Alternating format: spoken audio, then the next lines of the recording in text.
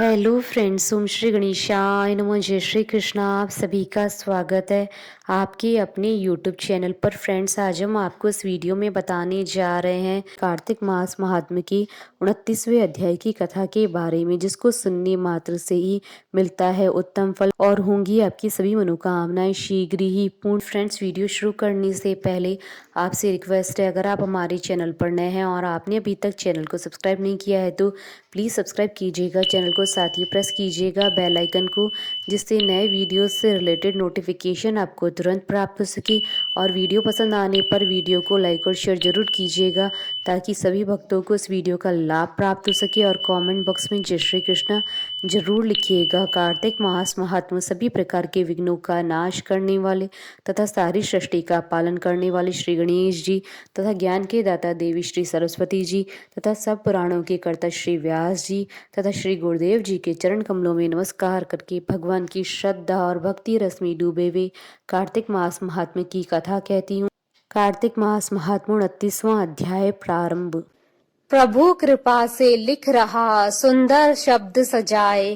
कार्तिक मास महात्म्य का 29वां अध्याय। राजा प्रथु ने कहा, हे मुनि श्रेष्ठ, आपने कलह द्वारा मुक्ति पाए जाने का वृतांत मुझसे कहा, जिसे मैंने ध्यान पूर्वक सुना।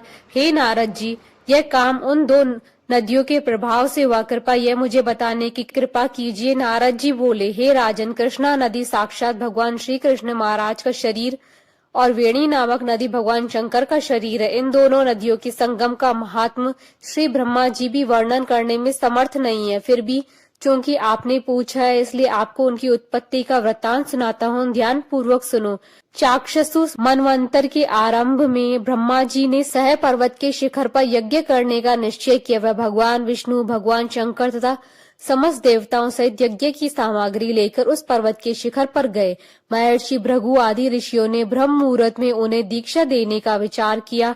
तत्पश्चात भगवान विष्णु ने ब्रह्मा जी की भार्या त्वरा को बुलाया। वह बड़ी धीमी गति से आ रही थी। इसी बीच में भृगु जी ने भगवान विष्णु से पूछा, हे प्रभु, आपने त्वरा को शीघ्रता से बुलाया था, वह क्यों नहीं आई? ब्रह्म मुहूर्त निकल जाएगा। इस पर भगवान विष्णु बोले, यदि त्वरा यथा समय यहाँ नहीं आती है तो आप गायत्री को ही स्त्री मानकर दीक्षा विधान कर दीजिएगा। क्या गायत्री पुण्य कर्म में ब्रह्मा जी की स्त्री नहीं हो सकती? नारद जी ने कहा, हे राजन, भगवान विष्णु की इस बात का समर्थन भगवान शंकर जी ने भी किया। यह बात सुनकर भृगु जी ने गायत्री जी को ही ब्रह्मा जी की दाईं ओर बिठाकर दीक्षा विधान आरंभ कर दिया।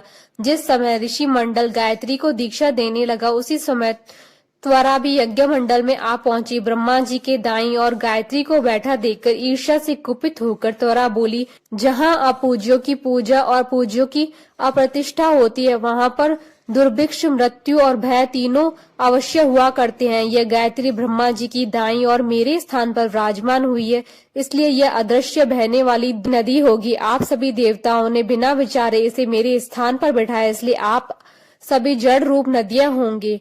नारद जी राजा प्रथु से बोले, हे राजन, इस प्रकार त्वरा के शाप को सुनकर गायत्री क्रोध से आग बबूला होकर अपने होठ चबाने लगी। देवताओं के मना करने पर भी उसने उठकर त्वरा को शाप दे दिया। गायत्री बोली, त्वरा, जिस प्रकार ब्रह्मा जी तुम्हारे पति हैं, उसी प्रकार मेरे भी पति हैं। तुमने व्यर्थ ही शाप दिया है, इसलिए तुम भी नदी हो जाओ।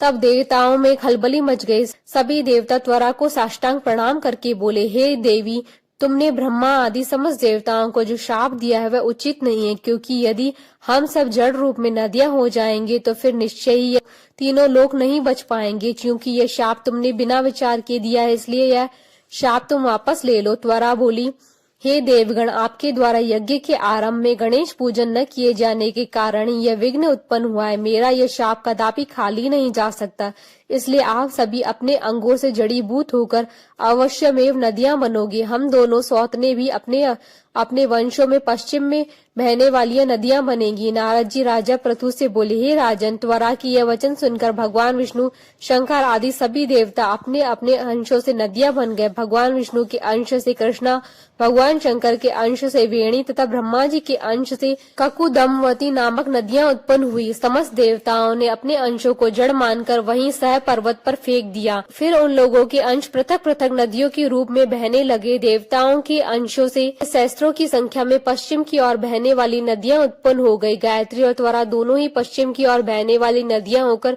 एक साथ बहने लगी। उन दोनों का नाम सावित्री पड़ा। ब्रह्मा जी ने यज्ञ स्थान पर भगवान विष्णु तथा भगवान शंकर की स्थापना की। दोनों देवता महाबल तथा अतिबल के नाम से प्रसिद्ध हुए। हे राजन, कृष्णा और वेणी नदी की उत्पत्ति का यह वर्णन जो भी मनुष्य सुनेगा या सुनाएगा उसे नदियों के दर्शन और स्नान का फल प्राप्त होगा।